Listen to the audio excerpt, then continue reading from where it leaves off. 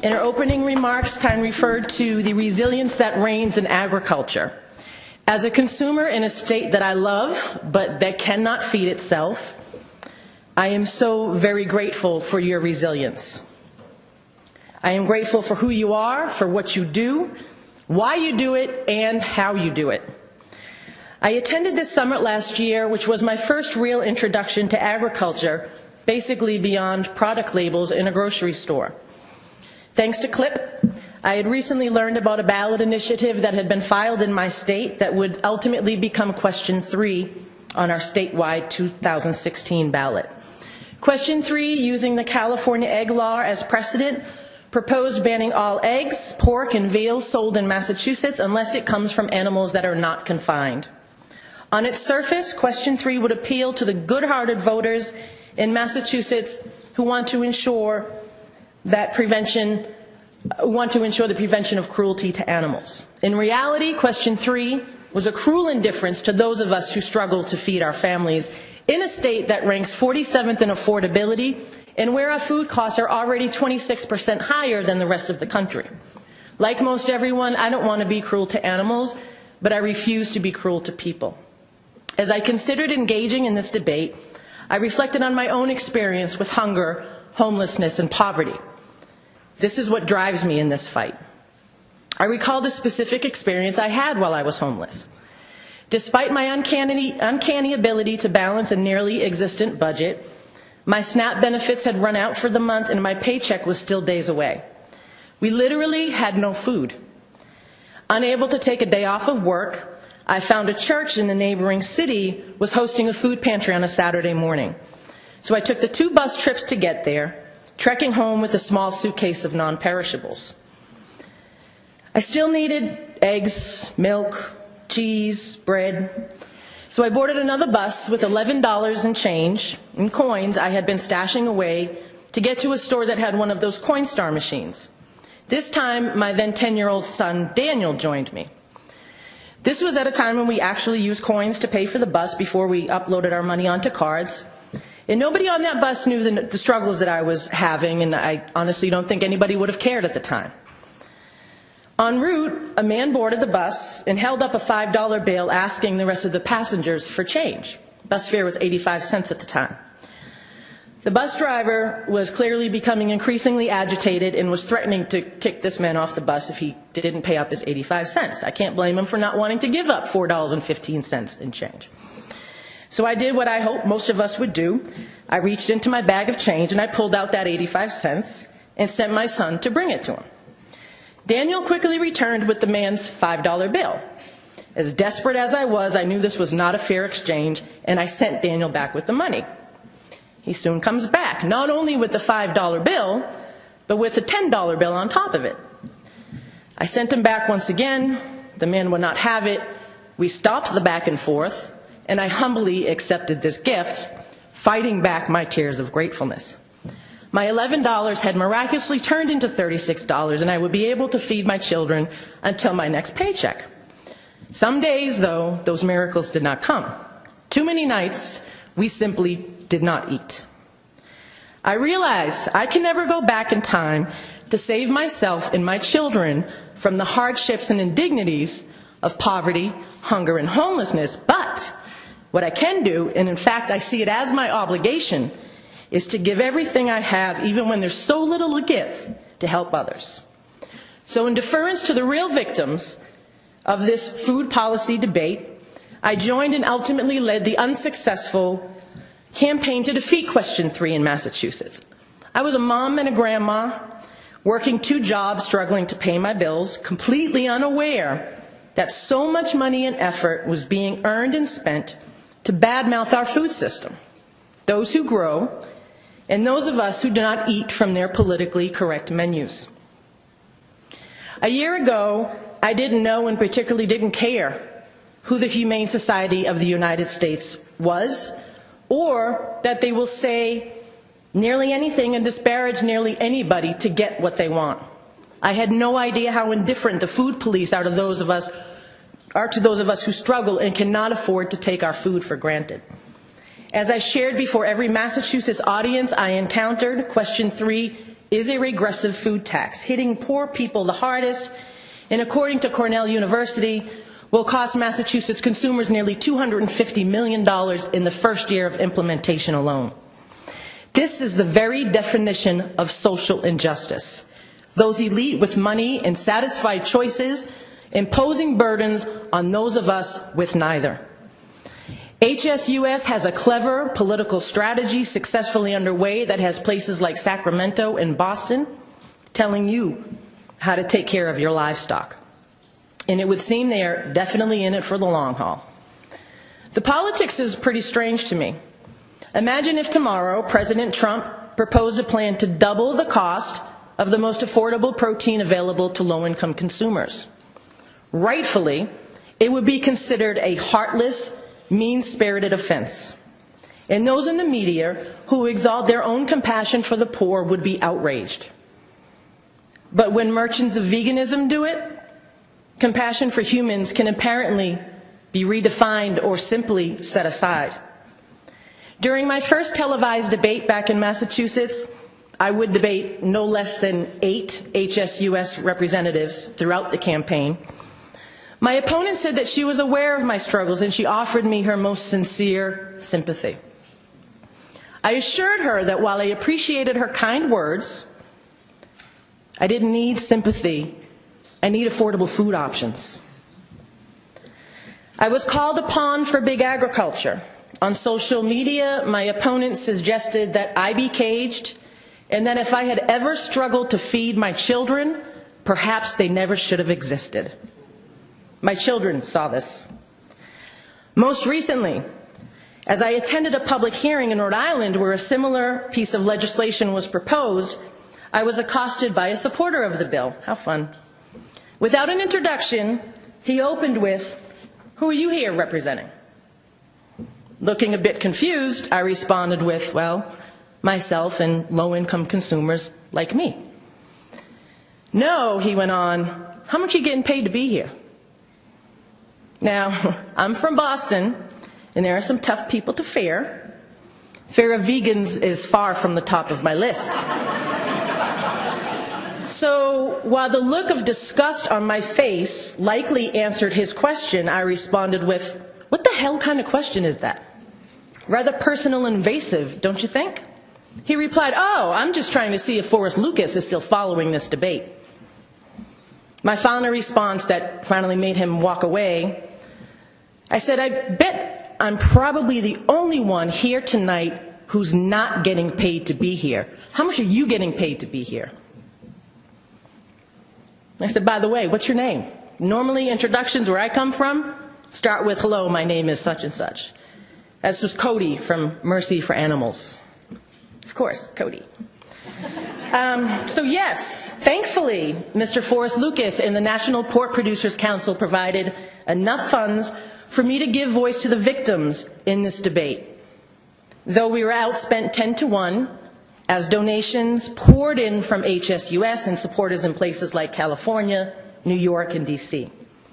Citizens for Farm Animal Protection, the Yes on 3 side, rained down TV ads, and they were awful. They portrayed animals in terrible conditions, duping Massachusetts voters into thinking that these conditions existed for livestock in Massachusetts and were standard practice across the country.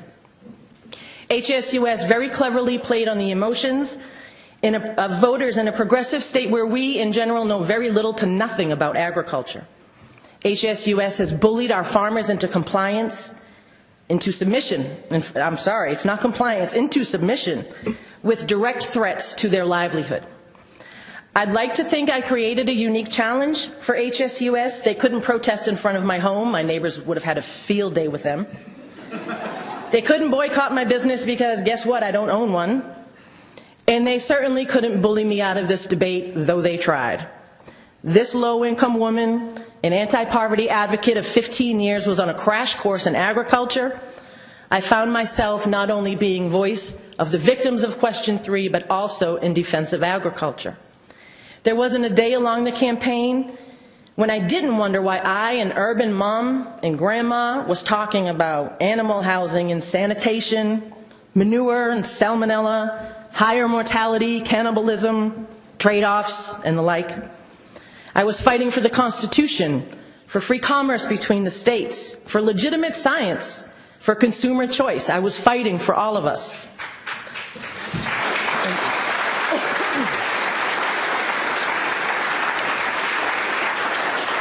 So some of you remembered me from last year. I was a very low-key observer. I attended my first summit here last year.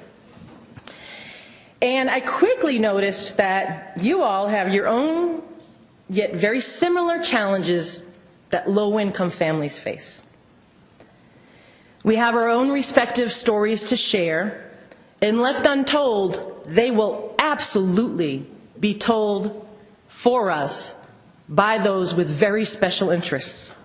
In my work, I have always sought to break down the stereotypes we all know too well, that low-income people, poor people, are simply lazy and uninspired.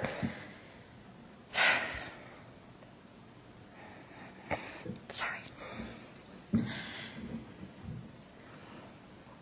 That if we would just go to work, we can pull ourselves up from our bootstraps, rather than focus on solutions, real solutions to poverty.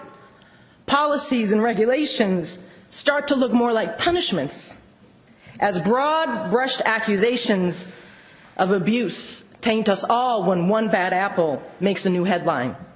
Sound familiar?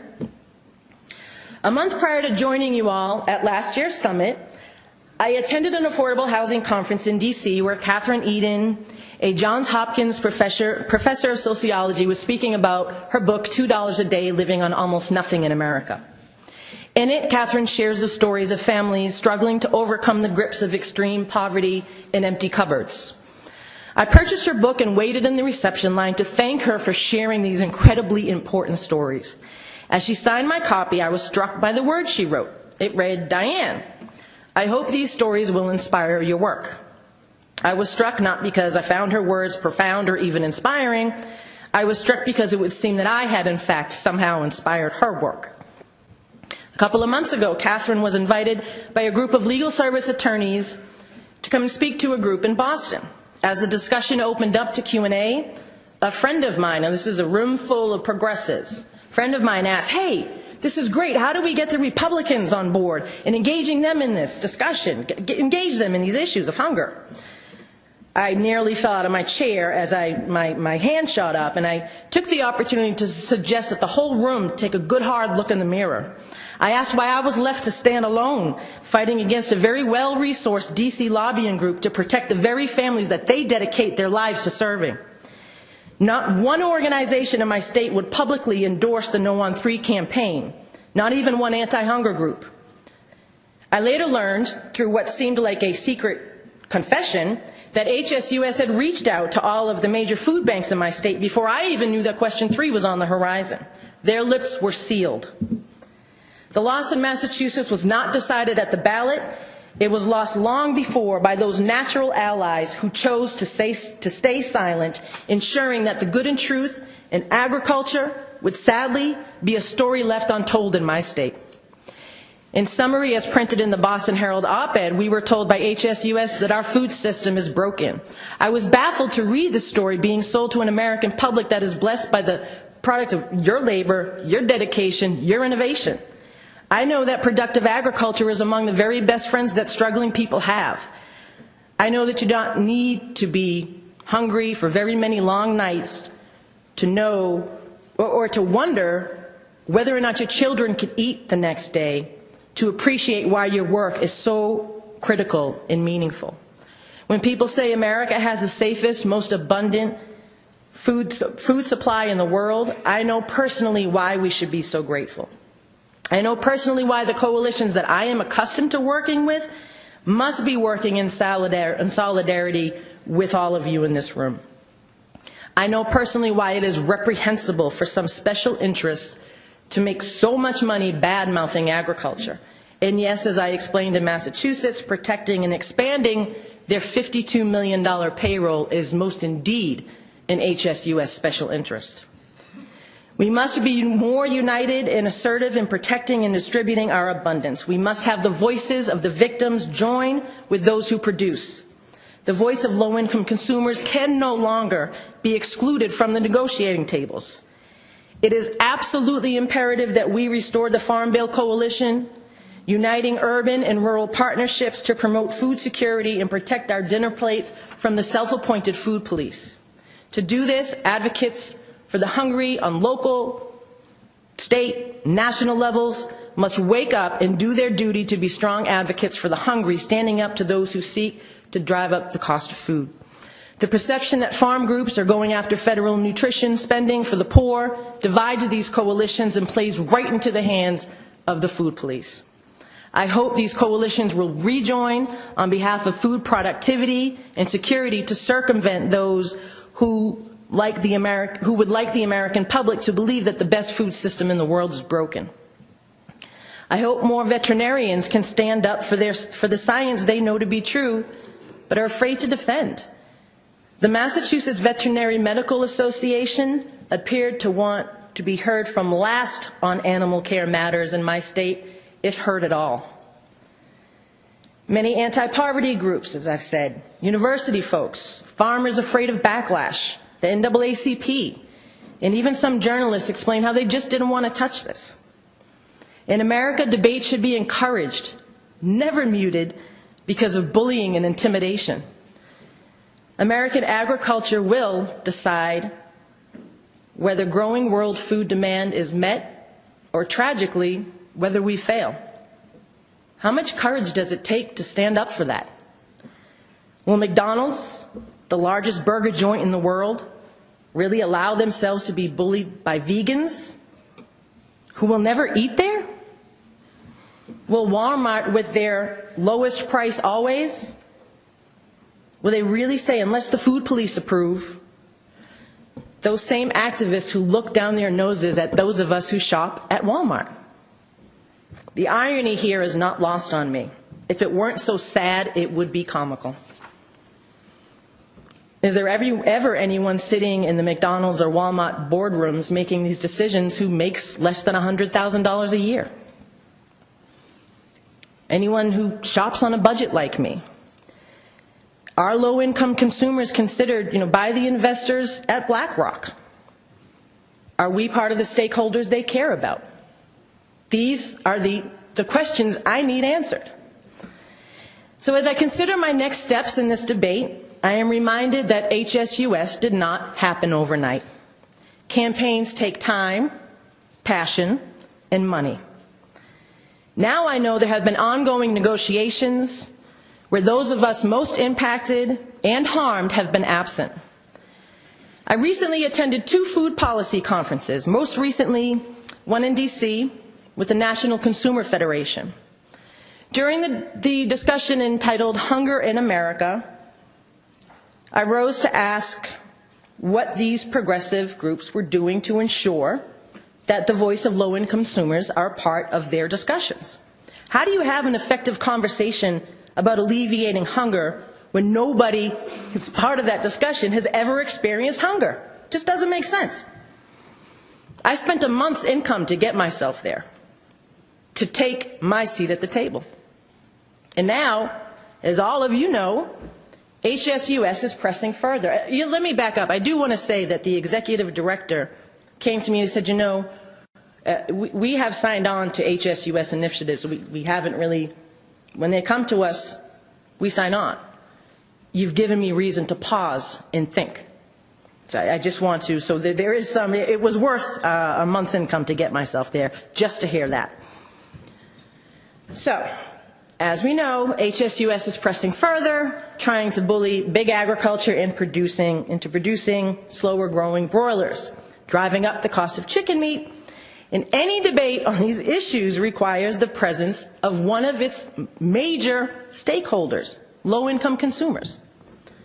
So at that housing conference last year that I referenced, also present was the former congressman from Massachusetts, Barney Frank. And he reminded us that in the work of social justice, we are not doing our jobs correctly if we're not pissing somebody off. Well, I'm here, and I know I'm pissing some people off, and I'm just getting started. Quoting Clint Eastwood's character, Josie Wales, I once said to one of my HSUS opponents in a debate, I said, listen, because he kept, oh, it's a penny an egg, don't worry. I said, listen, don't piss down my back and tell me that it's raining. We're not buying this anymore. I am on a path to ensure that low-income consumers know the discussions that are happening here. Because once we as communities are engaged, trust and believe, how this reads in my community is people care more about animals than they do about my ability to feed my children. And I was at SARL's conference in Baton Rouge. Thank you, Carolyn. And there was a similar consumer panel, and a millennial panelist actually said those words. She said, I know this may sound harsh, but I do care more about the welfare of animals than I do about hungry people. How sad is that? So, I'm here to say I am nobody's fool. I am certainly nobody's pawn. I am, however, very much for hire. Thank you.